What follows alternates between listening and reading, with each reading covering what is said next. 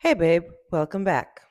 Have you ever wanted to try something new, but were too afraid to do it because you figured you couldn't afford it? That it would end up costing you money, more money than it gives you back? If so, you're probably like me, a little more precautious about risk taking. If you are like me, what if I told you that there was a way to minimize risk and actually control the positive outcome? That you could actually make millions of dollars in a controlled process in a safe environment. As someone with a PhD in machine learning, I also offer business management consultancy. And one of the most common questions I get is obviously, how can we make more money? How do we know we will not be losing money on advertising? In this video, I'll give you the cheat codes to successfully run profitable ads by using the Six Sigma methodology for new process design. We will go through what Six Sigma is, how we can easily implement it in designing something new, and how this all will make more money than we put in. I also have a hot take at the end, which I didn't really find anywhere, but concluded after running many Six Sigma cycles. After you watch this, I think you will approach new things a little differently. You'll be more calm, you'll be more confident, you'll have way less anxiety. So, number one, what is Six Sigma? It sounds like a super pretentious, overly intellectualized thing, but it's actually just a mindset tool. Anyone can use it for anything. You don't even have to own a business to benefit from it. Number two, that we'll cover is the method that we use when we want to try out new things but minimize the risk. Ergo, spend the minimum amount of money in order to make the most amount of money. Number three will be an applied example of this framework in running ads. Preferably, you need to have something to sell for this one. Now let's get into it. I have my laptop here so I don't forget anything. And forgive me, but I read because I think I have ADHD and I forget what I want to say. I also forget sometimes that we're filming. Anyway, what is Six Sigma? Well, it's a methodology, a way of doing things in a structured manner. Six Sigma is heavily used by Fortune 500 companies. As a side note, successful companies do not appear overnight by accident. They need the proper processes. If you started a business, first of all, good for you. Second of all, the things that worked in order to found your business are not the same things you need to make it grow. That's a common trap many of us fall into. We get a little too intimate with our businesses. We use Six Sigma to fix our mindset. In order to achieve the desired results, we kind of have to forget about our own biases, like things we learned last year or stuff people tell us, and actually look at the data. Six Sigma, above all, keeps us humble. It helps us always remember we can never be too smart.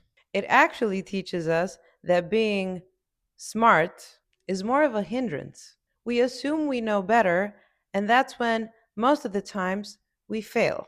We use Six Sigma for two things: improving an existing process or developing a new process. In the past, I've covered how to improve an existing process using DMAIC. I explain it in there for like a 5-year-old. Go check that out too. Like I said, the second thing we use Six Sigma for is developing a new process. That's what we're going to discuss today. The framework for this is DMADV. These steps are define, measure, analyze, design, verify. The framework is cyclical. That means that when we go through define, measure, analyze, design, and verify. By the end of verify, we already have some new information. That's okay. We just pour it into a new defined stage and start all over again. It's like that scene in Batman. Why do we fail? So, why do we fall? So we can pick ourselves up. Anyway, DMADV shows us that, of course, we're gonna make mistakes in doing new things. DMADV helps us learn from them and probably never repeat them again. After a couple of these cycles, your new process will be foolproof. Let's get down and dirty with the steps, but let's actually apply it to a real life situation. Let's say you finally decided to run ads for your business, but you're kind of afraid to lose money. Of course, who wouldn't be? How do we minimize that risk though? We don't know what we don't know. So we have to experiment. But in order to properly experiment, we have to design the experiment. This is the DOE of Six Sigma, the design of experiment. Now let's get into the 5 stages of DMADV. In the define stage, we properly state what we want to achieve. In this case, we're running ads, so we need to reach our ideal customer in the stage of their life when they actually need us and talk to them properly. So pull up a piece of paper and write down for the define stage. Number 1, who is your ideal customer? List as many features as possible, as many traits as possible. Number 2, what is their bleeding neck problem? A big pressing problem you can solve immediately for them. A potential life threatening problem, a bleeding neck. Then call them out with your messaging. Write down their problem, their desired outcome, stuff they might have used in the past but didn't work. Tell them you're not giving them that. If you have historical data from past customers or surveys or stuff, bring them all into the define stage. See? That's why I said ideally you need to be selling something in order for you to properly benefit from this. If you're selling something and things are not going very well, you're not making as much money as you like, or you kind of hate something about your business, like the team members or the clients or something about the process, I can probably help. Statistically, I can probably raise your profit margin by at least 20% without you changing anything in your business. There are links below if you'd like me to help. Anyway, what we're doing in the define stage is something called feature extraction. I've mentioned this in other videos as well. Feature extraction is what AI does, what you think AI is. Because you see, AI is actually split into 2 main categories. We have machine learning and we have deep learning. In machine learning, humans give the robot feature extraction. A human says, I want it to be more like this, to resemble this. Find me as many things that look like this.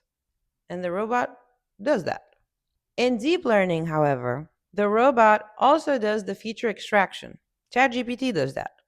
A human says, give me the best taco recipe.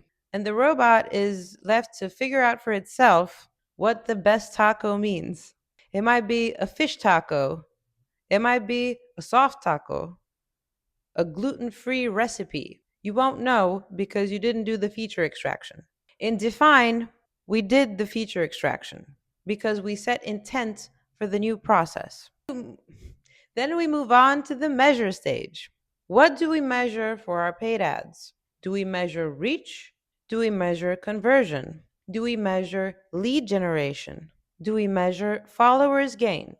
You see, most of the time on social media, these don't work together. More impressions doesn't automatically mean more qualified leads. More followers doesn't mean more customers. Traffic is great, yes, because we have many data points to measure. But you gotta know what it is you're measuring, babe. We can measure anything from requirements to specifications. We need measurable data to connect it to specific requirements. And that's a bar, write that down. In a service business case, we're gonna measure qualified lead generation for our ads. Because for services, they're not want to buy immediately from you until they get to know you better. If it's a book or a t shirt or whatever, we can measure sales. Then we move on to the third stage, which is analyze. We think about all the ways to achieve the specifications. This is when we start thinking about our campaign. We give it a name, we give it a time frame. Let's say 1 month, 4 weeks, 30 days. A campaign has to have an end. A campaign has to have a specific outcome with particular traits. We've established all these in the measure stage. But now in the analyze stage, we're going to look at how we can achieve the desired outcome, which is more sales and good return on ad spending. For example, if your service is fitness coaching for new mommies, we're going to analyze what they're going to resonate with. Transformation photos, pictures of before and after with abs and the time frame of achievement. We're going to show them tank tops. We're going to promise them we're not cutting into their child raising time. We're going to make them an offer and include all sorts of bonuses for a discounted price. We're going to figure out ways to meet their demand with our supply. Through analysis, we figure out we're going to need more than just one ad. We need several variations to test them and to see which is best. We also figure out how much money we should spend. This is easily determined by CPM, or cost per thousand views, cost per mil. Statistically speaking, from all people that see your ads, only 3% will actually click on it. And of those 3%, only another 3% will actually be ready to buy with their card ready just after crashing out, crying for an hour that they don't fit in their jeans anymore. Based on these percentages and the price of your service, you can figure out how much money you can afford to spend. The next stage, number 4, is design. It's time to actually do the ad creatives. This is when we write our hooks and our text bodies for our ads. It's time to figure out what our monthly budget is, how many ad variations we're running in. It's time to also figure out what our monthly budget is, how many ad variations we're running in an ad set, and for how long. All right, I have a sheet here with a campaign. So we have a campaign name, we have the maximum amount of money we want to spend. This is for €1,000 service. And this is how it should look like. So we have an ad set with 3 carousels, an ad set with 3 reels. And on week 1, we have 3 variations for this, 3 variations for this. We're going to exclude the worst one, and then we're going to continue with the best ones. And then we have the winning one with several variations. And in the final week of the campaign, we're only going to have one with maximum budget. Let's go to the budget. This I know is a little scary, but trust me, it's very easy. So the daily budget start is €10. It increases with 10% all the way to the end of 30 days. This way, we have this final cost of €1,644. What happens is, because of the statistics that I mentioned earlier regarding conversion rate, is that we will be seeing lead generation with conversion here. By the way, I forgot to mention, this is only €5 CPM because it's like August in a third world country. In reality, in the United States, we're going to 10x that. But anyway, what you need to understand is that After the end of week one, we're probably not going to see any movement. And that's okay because we are testing out. We are testing out our ads to see which ones perform best. Then by the end of week two, we're probably not going to get any movement either because it's just 1,600 euros per month. Like, what are we spending today? We're spending 34, which means for one ad set 17 and another 17. It's not great. But we start to see some movement here on day 18 because statistically speaking, this amount of people has actually seen your ad, and from them, percentage wise, you can actually convert somebody. And then when we insist after day 21, it's only going to be the best performing ad with the highest of budget.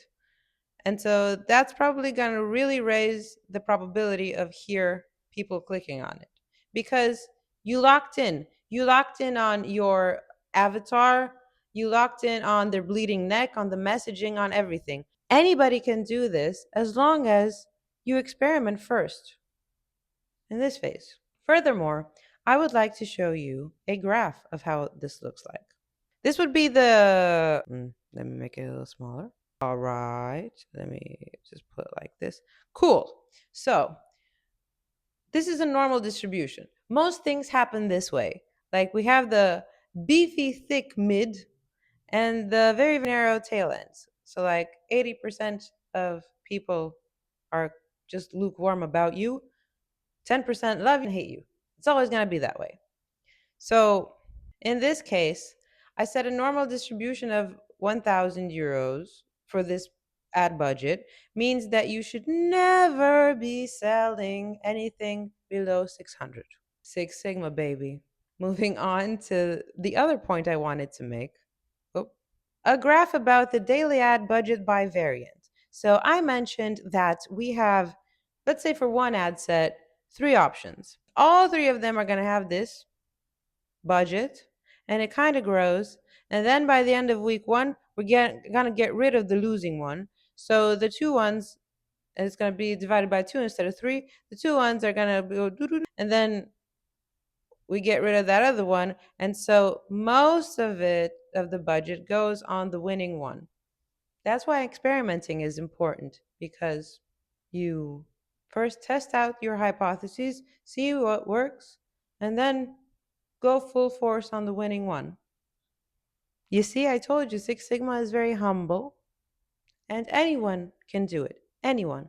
You don't need to know copywriting, you don't need to know the graphic design because the process itself is going to take care of the results. Oh no. The fifth and final stage is verify. Like I said in the graph, we let the ads run for a week with a 10% budget increase with the variations, and we see which one worked best. And then we start all over again, picking out the best performing ads, correlated with the outcomes we want to achieve. This time, we pick up the budget from where we left because our data is more mature. You're not going to start the second week at 10 euros again. We're going to start it from where we left it because the data is more mature. We have informed decisions now. We've tested it against the market. And so we can be a little more confident. That's how you start running ads safely with no prior experience, minimizing ad spend and maximizing return on investment. I promised you a hot take on this particular Six Sigma methodology. Here it is. I haven't really read this anywhere, nor heard anyone talk about it.